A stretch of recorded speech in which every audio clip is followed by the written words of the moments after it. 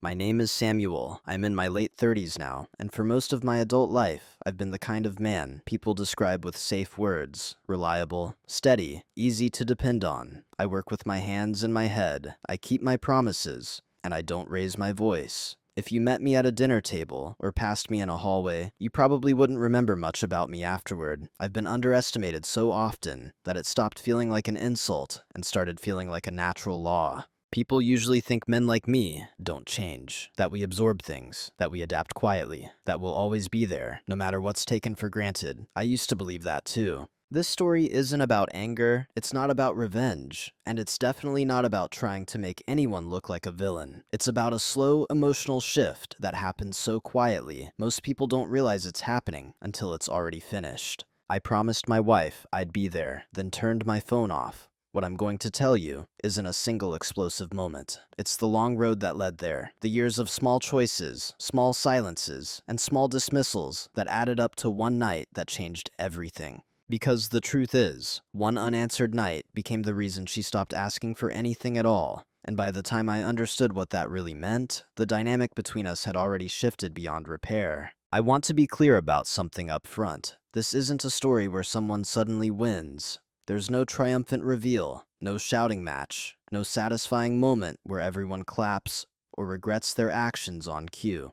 What happens here is quieter than that.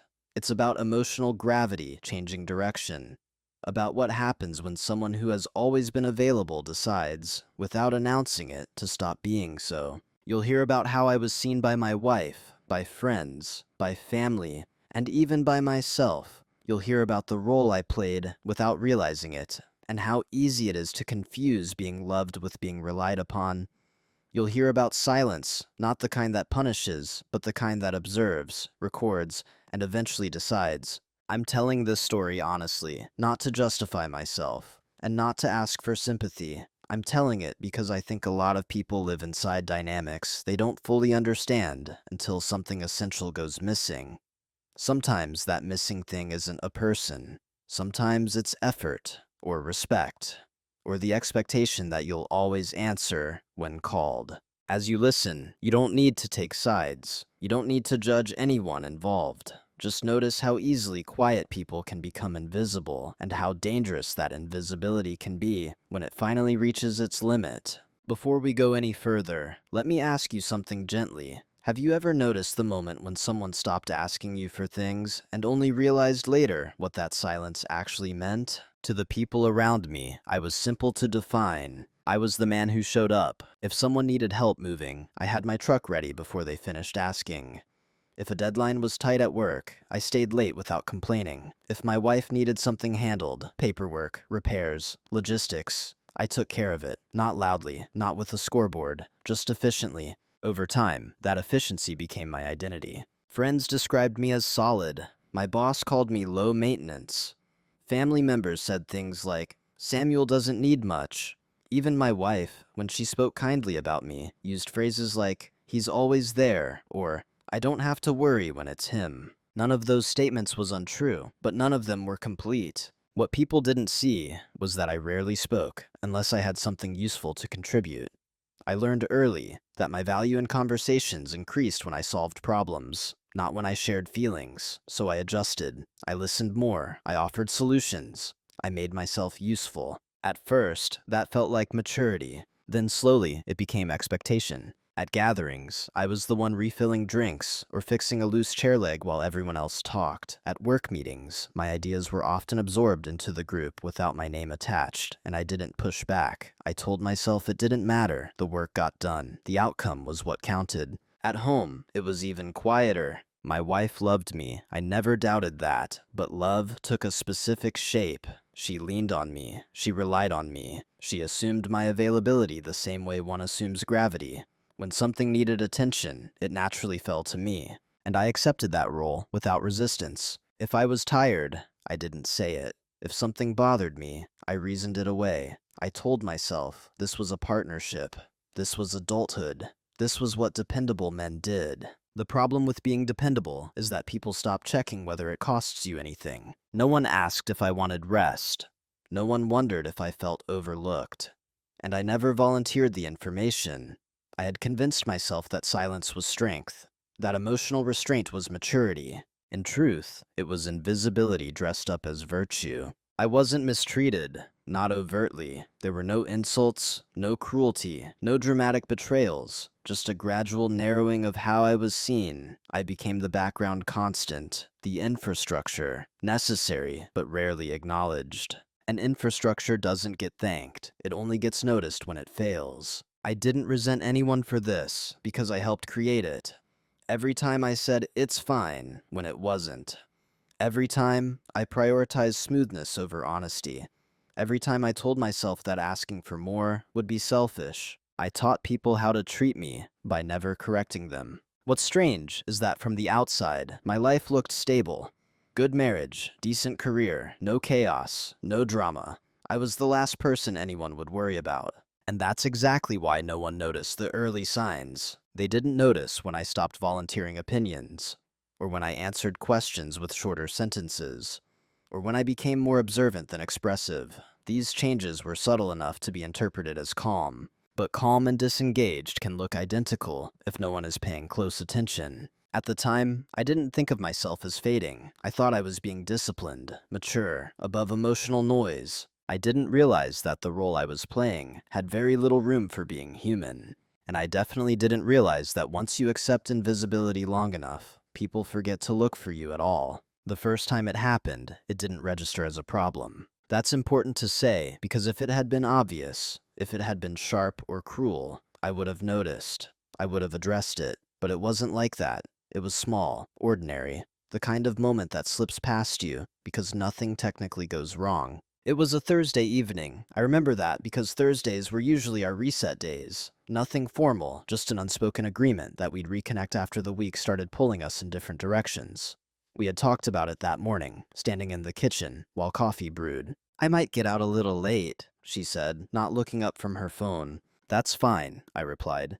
"I'll be home." And that was it. No drama, no expectations were spelled out. Just a quiet assumption that we'd be in the same space later, maybe talk, maybe not. Together was enough. That evening, she came home distracted, still on her phone. Shoes were kicked off near the door, instead of lined up like usual. She walked past me with a quick kiss on the cheek and said, "I'm just going to take this upstairs." I nodded, said nothing. An hour passed, then two. I made dinner for myself and left hers, warming in the oven. I didn't text. I didn't knock. I told myself she needed space. I told myself it wasn't personal. By the time she came down, the food was dry. She glanced at it, then at the clock. "Oh," she said, "I forgot." She said it casually, not dismissively, just neutrally. "I already ate," she added.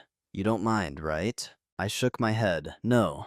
And that was the cut. Not because she forgot dinner, not because she took a call, but because of how easily my presence had slipped out of the equation. I had been there the whole time, and yet I hadn't factored into her awareness at all. She didn't ask how my day was, didn't notice I'd waited, didn't see the effort, because the effort had become expected background noise. She sat on the couch and started scrolling again, legs tucked under her, comfortable. At some point, she asked me to bring her a glass of water. I did, automatically. That night, lying in bed, I felt something unfamiliar. Not anger, not sadness, but a faint internal flinch, like when you realize you've been standing in the cold longer than you thought. I almost said something, almost. But then the rationalizations came, smooth and convincing. She was busy. It wasn't intentional. You're overthinking it. Don't make something small into something heavy. So I stayed quiet. The next day, nothing was different. She kissed me goodbye, texted a heart emoji around noon. Asked if I could pick something up from the store on my way home, normal,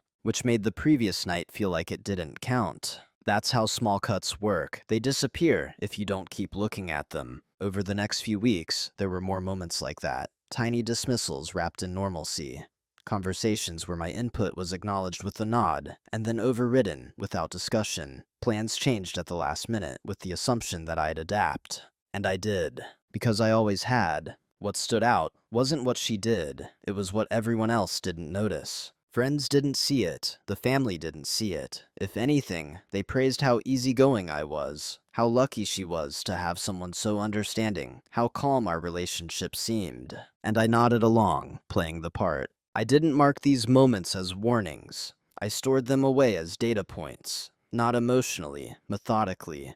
I noticed patterns, frequency, context. Still, I said nothing, because confronting something that small felt petty, and because a part of me believed that if I stayed steady enough, the balance would correct itself. It didn't. That first small cut never healed because I never acknowledged it.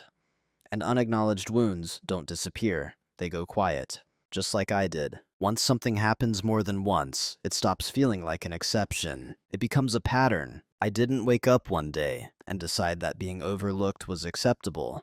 It happened gradually, through repetition and explanation.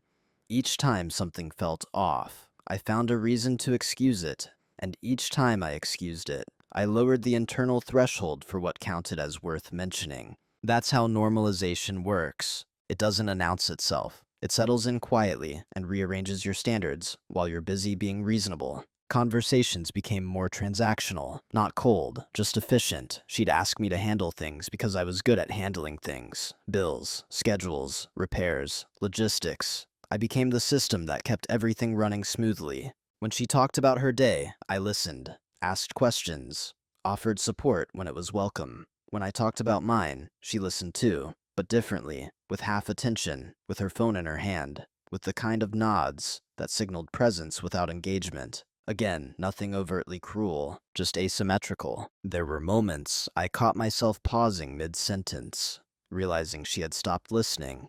And instead of calling it out, I'd shorten what I was saying, edit myself in real time, choose the version of my thoughts that required the least space. I told myself this was a compromise. At social gatherings, the dynamic was even clearer. If we were in a group, she spoke for both of us, answered questions directed at me, interrupted gently but decisively. People went along with it, assuming that's how we worked. I smiled. I didn't correct them, because correcting them would have required asserting something I wasn't sure I was allowed to claim anymore. Over time, I noticed a subtle shift in language. She stopped asking, "What do you think?" and started saying, "I'm thinking of doing this."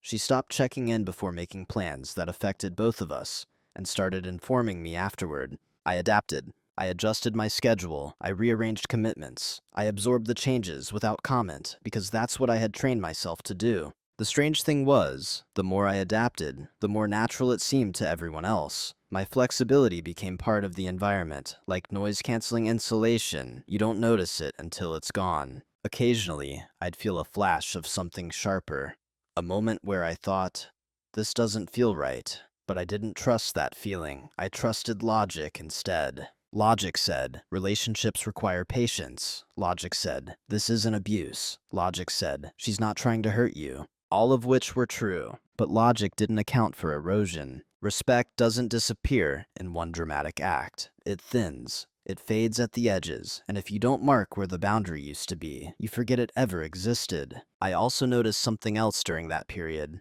I stopped being asked for anything emotional. No one asked how I felt about big decisions. No one checked whether I was overwhelmed. Not because they didn't care, but because I had become the person who didn't need checking on. I had curated that image carefully. The irony is that I was praised for it. "You're so steady," people would say. "You don't get rattled," my wife once told a friend. "He's my rock," she said, smiling. Rocks don't complain. Rocks don't ask for reassurance. Rocks don't need space. And if a rock ever cracks, people are surprised. By the time I noticed how much of myself I had minimized, it already felt normal. The imbalance didn't feel like disrespect anymore. It felt like the natural order of things. That's the danger of quiet roles. Once you accept them long enough, they stop feeling imposed. They feel earned. I wasn't angry yet. I wasn't planning anything. I wasn't keeping score. I was simply watching, learning, becoming aware in a way I hadn't been before. And awareness changes things, even before action does. I didn't know it at the time, but this was the phase where my silence stopped being passive. It was still quiet, but it was no longer accidental. It didn't happen in a single conversation. No one ever sat me down and explained my role. There was no agreement signed, no boundary crossed in a way that demanded confrontation. The role was assigned the way fog settles, slowly, evenly, without asking permission. Somewhere along the way, I stopped being a partner in the active sense and became a function, a stabilizer. The person who made things easier so others didn't have to think about them. At work, I was the one people looped in when things were already behind schedule. Not to lead, but to fix. Not to be visible, but to be effective. My name wasn't attached to successes, only to solutions. At home, it mirrored that same shape. If something went wrong, it was quietly assumed I would handle it. If something went right, it was taken as the baseline. I wasn't asked what I wanted to do on weekends as often. I was told what the plan was and expected to align. And I did, because alignment had become my reflex. What made it harder to see was that there was no hostility attached to it. My wife wasn't dismissive in tone. She wasn't cruel with words. In fact, she often expressed appreciation, in passing, in shorthand, in ways that didn't require adjustment. Thanks, babe. You're the best. I don't know what I'd do without you. Those phrases sound like love, and in a way, they were. But they also functioned like punctuation marks, ending the conversation before it could go anywhere deeper. Gratitude without curiosity. Affection without engagement. I noticed that when I expressed uncertainty or hesitation, it was gently overridden. It'll be fine. You always figure it out. You're good at this stuff. At first, I took those as compliments. Over time, I realized they were permissions. Permissions for others not to worry about my limits. The role I had been assigned didn't include being unsure, or tired, or conflicted. It included being capable and quiet, and I wore it well. I didn't challenge decisions. I didn't push for emotional space. I didn't interrupt momentum. I told myself that this was adulthood, that not every feeling needed airtime, but something subtle was happening under that reasoning. I was being edited out of my own life in small, polite ways. There were moments when I tried to step slightly outside the role. Nothing dramatic, just a comment, a pause, a question. Can we talk about this first? I'm not sure that works for me. Each time, the response was quick and reassuring. You're overthinking. It's not a big deal. We'll figure it out later. And later never came. What struck me most wasn't the dismissal. It was how quickly the conversation moved on, as if my input had been a minor technical delay rather than a human concern. That's when I realized something important. The role I was in didn't require my presence. It required my compliance. And compliance is easy to mistake for peace. The more I complied, the smoother everything ran. The smoother everything ran, the less reason anyone had to ask if I was okay. I had become emotionally self-sufficient in a way that relieved others of responsibility, and the cost of that self-sufficiency was invisibility. I started noticing how rarely anyone checked in with me without needing something, how conversations ended when my utility was complete, how silence from me was interpreted as agreement, not absence. Still, I didn't resent it, because resentment requires the belief that you are owed something, and I had trained myself not to believe that. What I felt instead was clarity.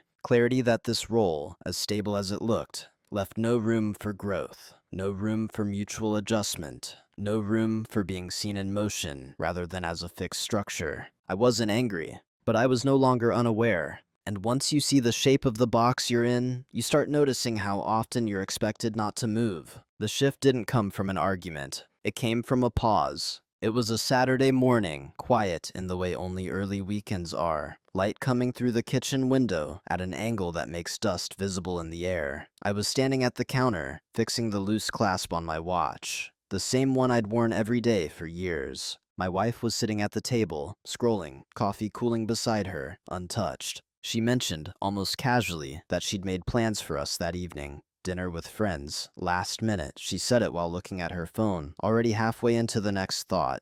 We're meeting them at 7, she said. You'll be fine with that, right? It wasn't the plan itself that caused the pause. It was the phrasing. Do you want to? Does that work for you? Just an assumption, wrapped in familiarity. I looked at my watch longer than necessary, not because it needed fixing, but because I needed a moment to hear myself think. Normally, I would have said yes before she finished the sentence. I would have adjusted my internal schedule without noticing the adjustment. This time, I didn't answer right away. The silence stretched, not awkward, just unexpected. She glanced up briefly, surprised, then back down at her screen. Sam, she said. I realized something then that I hadn't fully articulated before. She wasn't checking in with me. She was checking for confirmation that the system was still online. I had planned on staying in tonight, I said finally. My voice was even, not defensive, just factual. She looked up again, this time longer. Oh, she said. Well, we already said we'd go. There it was. The default hierarchy. The plan existed. My preference was for new information. I nodded slowly. Okay. And that should have been the end of it. That's how these moments usually went.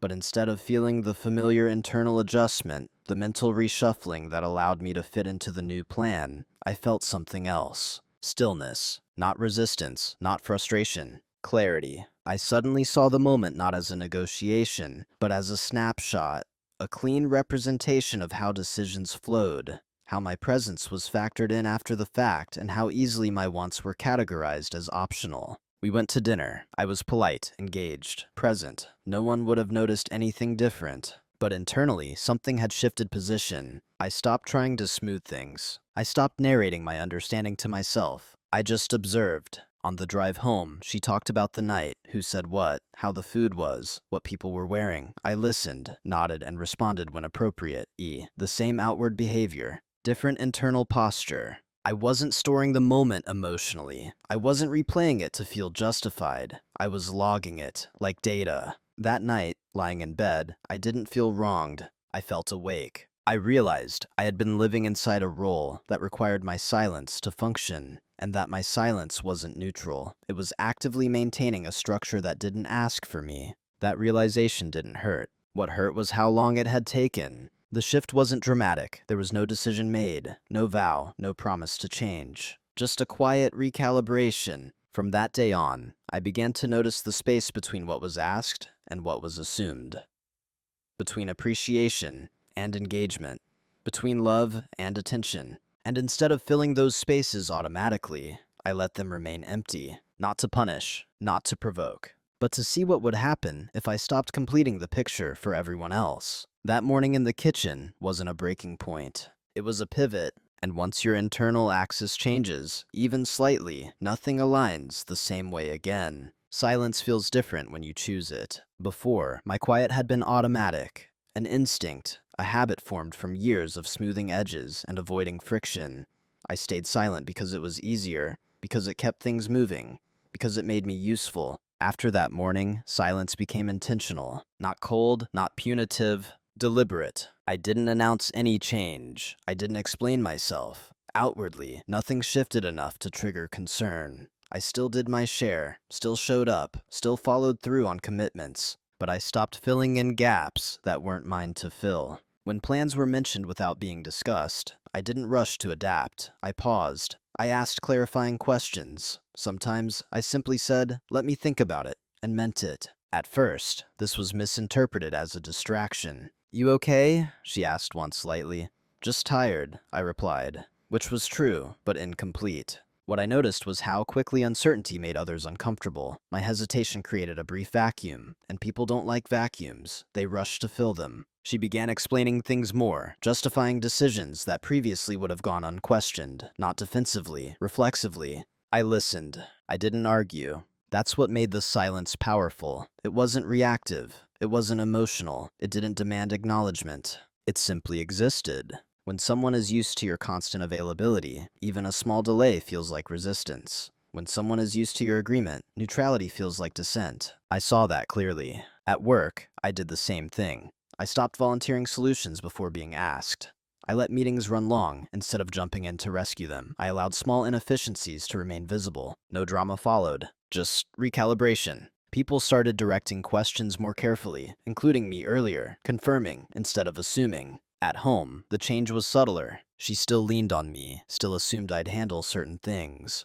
But when I didn't move immediately, she noticed, but didn't comment. Silence has weight when it's no longer habitual. There were moments when she'd look at me, searching for the automatic nod, the quick reassurance. When it didn't come, she'd hesitate, then proceed anyway. I let her. That was the hardest part. Not stepping in, not correcting, not smoothing. Because part of me wanted to maintain harmony, wanted to be the stabilizer again. But another part of me, the part that had woken up, needed to see the system without my constant reinforcement. And what I saw was this. People mistake consistency for consent. My past silence had been interpreted as agreement, as an endorsement, as comfort. Removing that silence didn't create chaos. It created awareness. She began double-checking plans more often, asking instead of telling, small things. But something else happened too. She started mistaking my quiet for withdrawal. "You're kind of distant lately," she said one evening, not accusing, observing.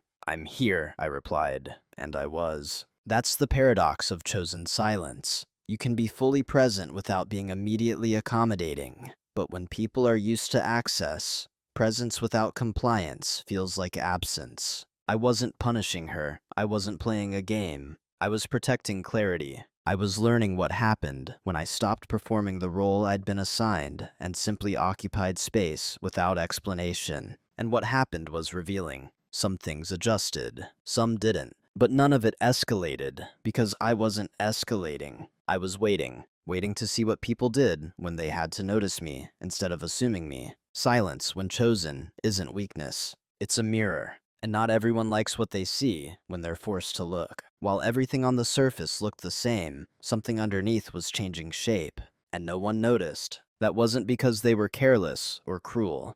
It was because the version of me they were used to didn't require monitoring. I had trained everyone, especially my wife, to assume that if I was quiet, everything was handled. So while they saw stillness, what was actually happening was preparation. Not in a dramatic sense. I wasn't plotting. I wasn't rehearsing speeches or imagining confrontations. I was simply paying attention in a way I never had before. I started documenting things, not on paper, not in a journal, but mentally. Patterns, timing, cause and effect. Who reached out first? Who adjusted when plans shifted? Who followed through without reminders? At home, I noticed how decisions were framed, when something was framed as done versus open for discussion. I noticed how often emotional labor flowed in one direction, how often I absorbed stress quietly while others externalized it. I also noticed something uncomfortable. When I stopped offering reassurance, it wasn't replaced. No one asked, "Are you okay with this?" No one said, "We should make sure this works for you too." Instead, there was a pause, then continuation. That told me something important. My presence had been functional, not interactive.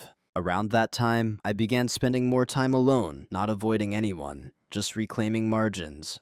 Early mornings, long walks, sitting in my car for a few extra minutes before coming inside. In those quiet spaces, I asked myself questions I'd avoided for years. What do I actually want, separate from what I'm good at? If I stopped compensating, what would break, and what would simply reveal itself? Am I loved for who I am, or relied on for what I provide? These weren't angry questions, they were surgical. I also started tightening things that had been loose for too long. I reviewed finances, not out of suspicion, but out of responsibility. I made sure everything was clear, organized, and transparent. I updated the documents, simplified systems, not secretly, just thoroughly. I did the same with my time. I stopped overcommitting, stopped agreeing to things that drained me simply because I couldn't handle them. I didn't announce boundaries, I embodied them. And still, no one commented. That's what surprised me most. You'd think that when someone who has always been available becomes less so, alarms would go off. But they don't, not immediately,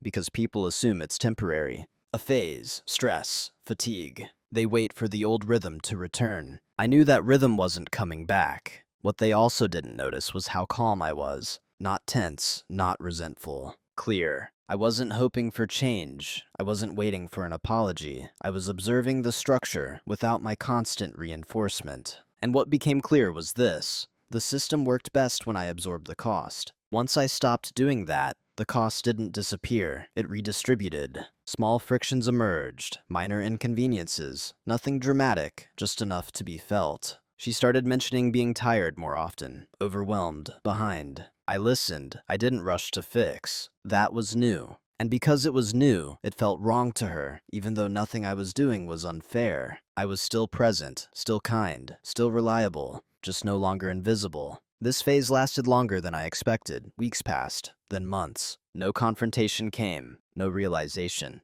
which told me something else I needed to accept. Awareness doesn't spread automatically. People don't notice preparation, they only notice consequences. And I wasn't ready for consequences yet. Not because I was afraid, but because I wanted to be certain. Certain that what I was seeing wasn't a temporary imbalance.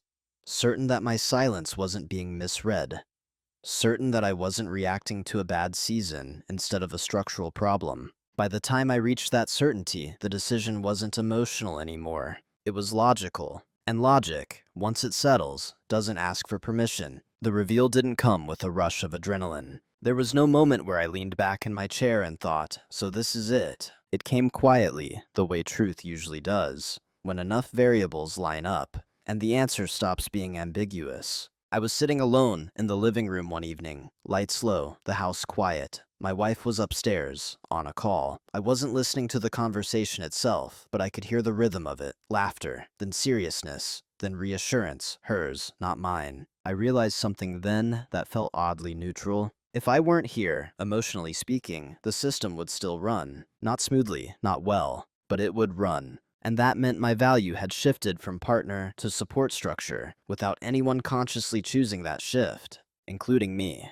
That was the reveal. Not leverage over someone else, but clarity about myself. I understood, fully and without emotion, that I was no longer participating in a mutual exchange. I was stabilizing an imbalance, and the moment I stopped stabilizing it, the imbalance would become visible. That visibility was the leverage, not power over her, power over my own position. I saw that I had been waiting, not for permission, but for evidence. Evidence that my role could expand again. Evidence that curiosity about me would return on its own. It hadn't, and that wasn't because she was unkind. It was because the dynamic no longer required it. That's when I stopped hoping the situation would self-correct. Hope had been the last thing keeping me still. Once that was gone, what remained was choice. I reviewed everything, not with suspicion, but with precision. Emotional patterns, financial responsibilities, time investments, long-term trajectories. What would staying like this look like in 5 years, in 10? The answer was clear, and it was quiet, more of the same, with less of me. That wasn't tragic. It was just unacceptable. I also understood something important about leverage that night. Real leverage isn't dramatic. It doesn't announce itself. It comes from preparedness meeting inevitability. I didn't want to punish anyone. I didn't want to win an argument that had never been spoken. I wanted alignment, and alignment wasn't possible inside a structure that depended on my silence. That meant any real change would have to come from me stepping out of the role entirely, not reshaping it from within.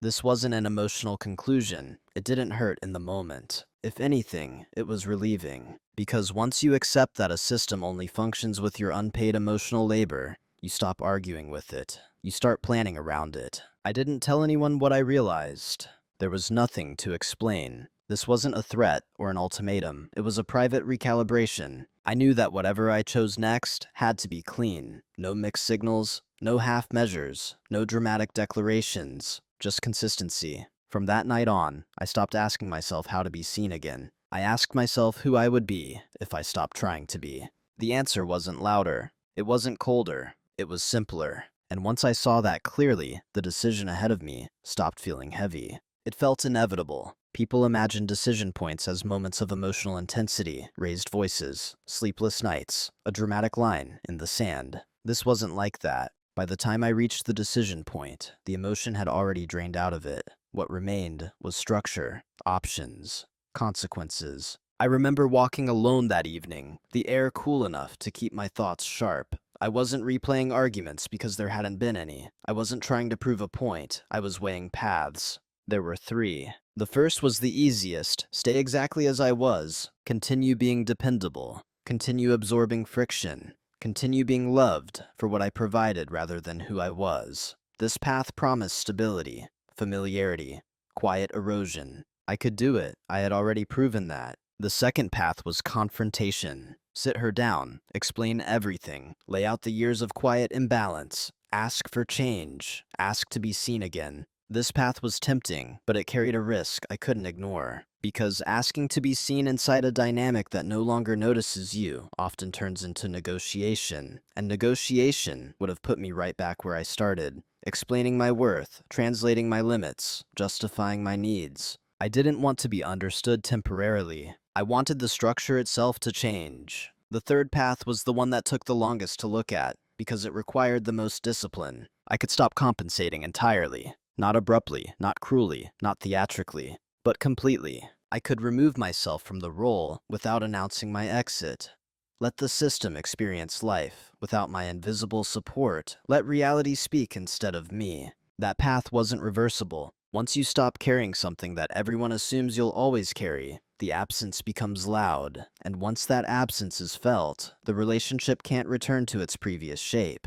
This was the irreversible option, and I knew, with absolute certainty, that if I chose it, I couldn't go back, not without betraying myself. I stopped walking and stood still for a moment, watching cars pass, headlights moving forward, never backward. I wasn't afraid. What I felt was respect for the gravity of the choice. Because this wasn't about leaving or staying, it was about whether I would continue participating in a version of myself that no longer existed. The decision wasn't made in that moment. It had already been made weeks earlier, in increments. Each time I didn't step in. Each time I let silence stand. Each time I chose clarity over comfort. That night, I simply acknowledged it. I chose the third path, not because it was dramatic, but because it was honest. From that point on, I stopped preparing for understanding. I prepared for consequences. And once you do that, your behavior changes in ways that don't need explanation. When people think of decisive change, they imagine visible action. I did the opposite. I moved quietly, not in secrecy, just without commentary. I didn't announce intentions or frame anything as a turning point. I simply stopped operating as the silent infrastructure that made everything else feel effortless. The first changes were practical. I separated responsibilities that had blended over time, not in a dramatic way, just with clarity. Tasks that had defaulted to me were no longer automatically handled. If something wasn't explicitly discussed, I didn't assume ownership. I didn't remember. I didn't rescue. I didn't preemptively solve. I let cause meet effect. At work, this meant delegating back instead of absorbing, saying, "That's not mine," without apology. Letting timelines stretch when they weren't realistically supported.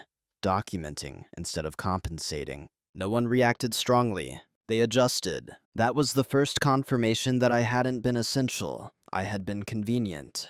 At home, the effects were slower. I stopped tracking her schedule, stopped anticipating needs before they were expressed, stopped filling emotional space when silence appeared. If she was overwhelmed, I listened, but I didn't reorganize my life to absorb the weight. If she forgot something, I let her forget. These weren't punishments, they were corrections. I remained kind, calm, available, just not automatically. She began noticing friction in places that had once been smooth, small things, missed details, overlaps, gaps. At first, she attributed it to stress, then to busyness, then to me.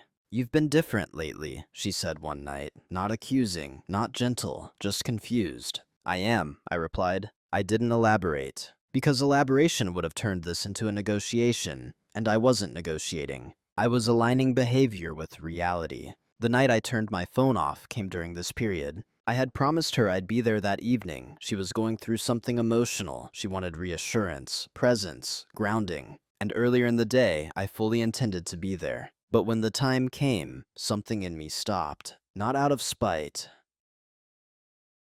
out of recognition. I realized that showing up again, immediately, reflexively, would reinforce the very pattern I was stepping out of. It would confirm that no matter what, I would always fold back into the role when pressure was applied. So I turned my phone off. Not dramatically, not angrily, quietly. I went for a walk. Let the air clear my head. Let the consequence exist. That night wasn't about abandoning her. It was about not abandoning myself again. I didn't know, then, what that night would become. I didn't know it would be the moment that rewired everything. I only knew that if I answered that call, nothing would truly change. Silence in that moment was not avoidance. It was completion. Consequences don't always arrive loudly. Sometimes they arrive in confusion. The morning after I turned my phone back on, there were missed calls, messages that shifted in tone as the night went on. Concern first, then irritation, then something closer to disbelief. I read them slowly, not to analyze them, just to understand the progression. None of them was cruel, but none of them asked why. They asked where. That distinction mattered. When I came home, the house felt different. Not tense, not hostile, just unsettled, like furniture had been moved slightly off-center. She was already awake, sitting at the table. She looked tired. "You didn't answer," she said.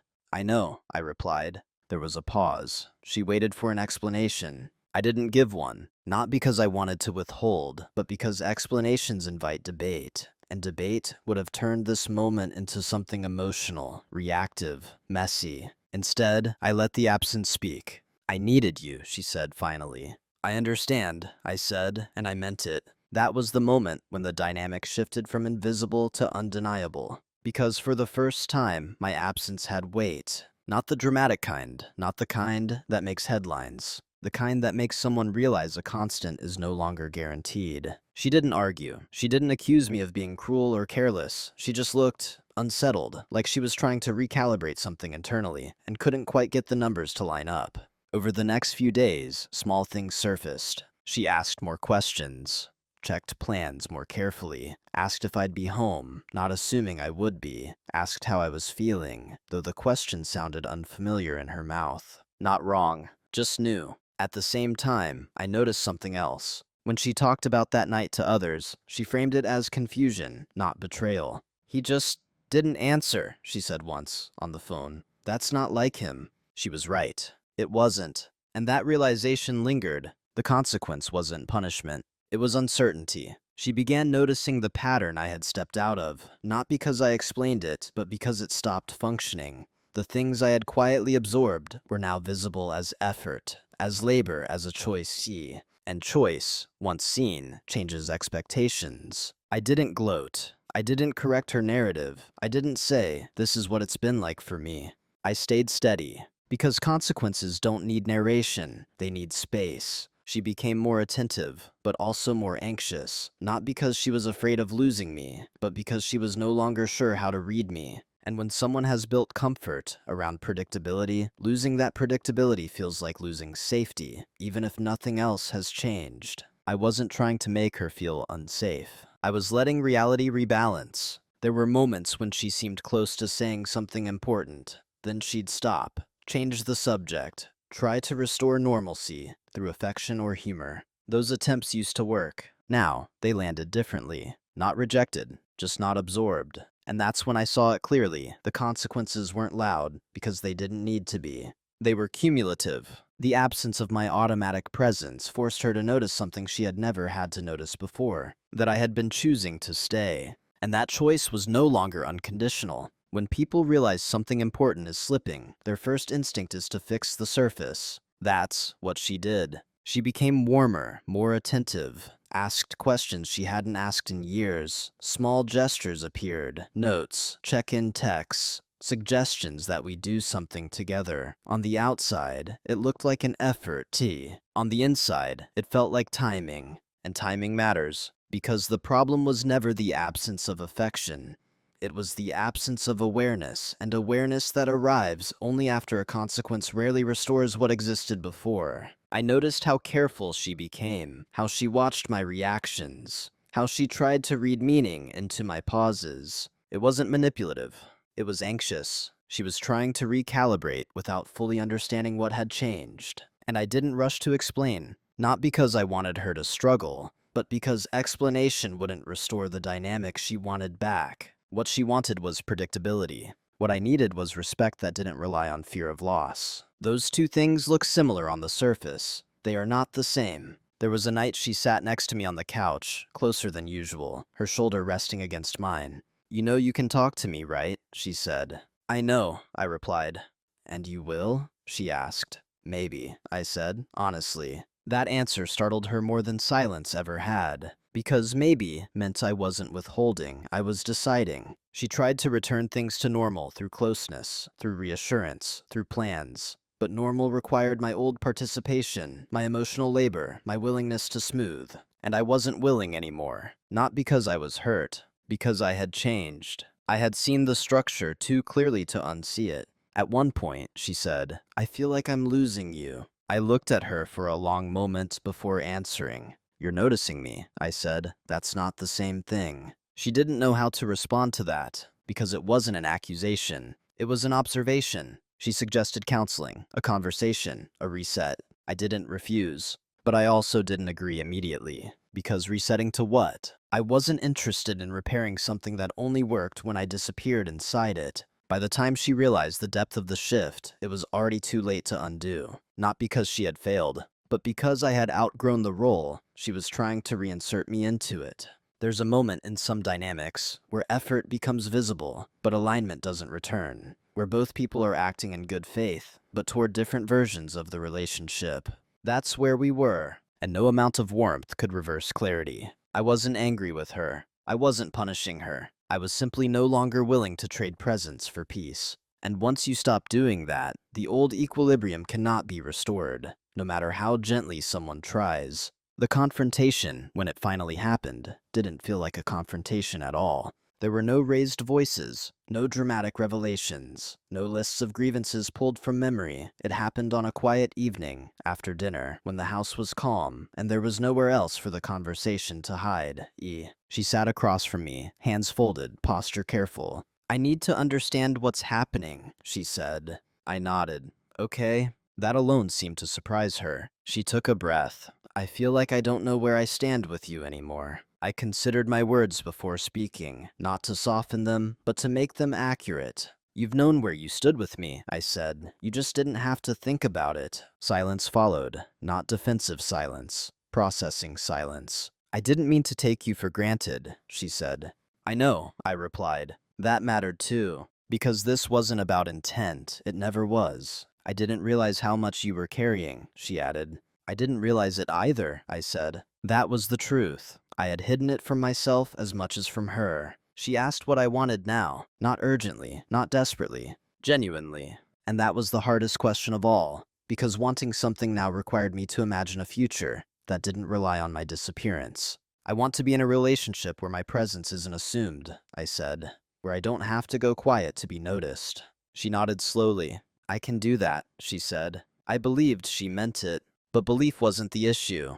"What you're offering," I said carefully, "comes after loss, not before it." Her face tightened, not in anger, but in recognition. I wasn't rejecting her effort. I was acknowledging timing. We talked for a long time, not about blame, not about fault, about structure, about patterns, about how easily love can turn into reliance without either person choosing it. When the conversation ended, there was no resolution in the conventional sense, but there was understanding. And understanding, sometimes, arrives too late to change direction. That doesn't make it worthless. It just makes it final. Who I am now isn't dramatically different from who I was before. That's what surprises people the most. I didn't become colder. I didn't become louder.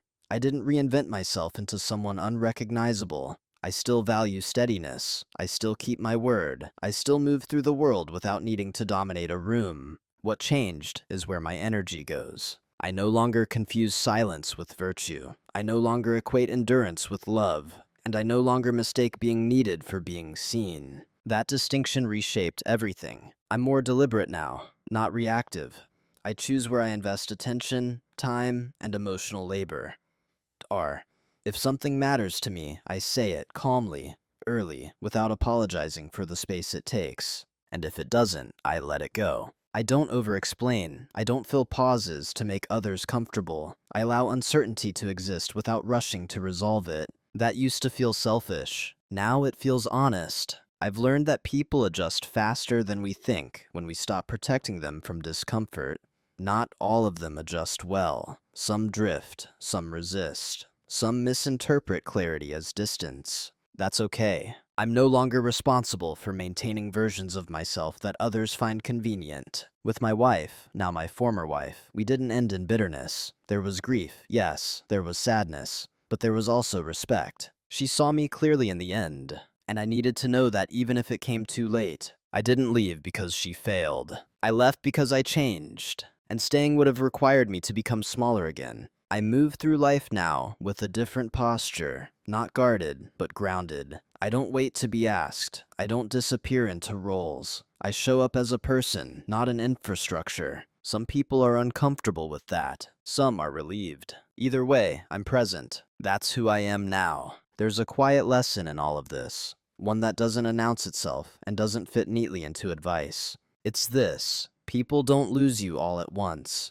They lose you slowly the moment they stop having to notice you. What happened between my wife and me wasn't the result of one bad night or one missed call. That night only mattered because of everything that came before it, because it confirmed a truth that had been forming quietly for years. Love can coexist with imbalance, kindness can coexist with neglect, and good intentions can still build a structure where one person slowly disappears. No one in this story woke up wanting to hurt anyone else. That's what makes it easy to stay too long. When there's no villain, you tell yourself there's no reason to leave. When there's no shouting, no betrayal, no cruelty, you convince yourself that discomfort is just part of adulthood. But there's a difference between sacrifice and erosion. Sacrifice is chosen and acknowledged. Erosion is unnoticed until something essential is gone. The night I turned my phone off wasn't an act of punishment. It was the moment I stopped correcting a system that only worked when I silenced myself. It was the first time I allowed absence to speak where words hadn't. And once that happened, there was no way to return to the old shape. Not because someone refused to try, but because clarity doesn't reverse. If there's one thing I hope you take from this story, it's not to wait until silence becomes your only language. Don't teach people that your needs are optional by never expressing them. Don't confuse being easy to live with for being fully known. And if you find yourself being missed only when you're gone, pause. That's information. It doesn't mean anyone is evil. It doesn't mean love wasn't real. It means a dynamic formed where your presence was assumed instead of chosen. And dynamics don't change just because someone finally notices. They change when behavior does. Sometimes that leads to repair. Sometimes it leads to separation. Both outcomes require honesty. I don't regret staying as long as I did. I learned who I was in silence, but I also don't regret leaving when silence stopped being a place I could live. Because being calm should never require being invisible. Before we end, I want to ask you something, not to provoke, just to invite reflection. Have you ever been in a relationship where you were appreciated most for what you provided until you stopped providing it? And if so, what did that moment teach you about your own worth? If this story resonated with you, I'd really like to hear your thoughts in the comments.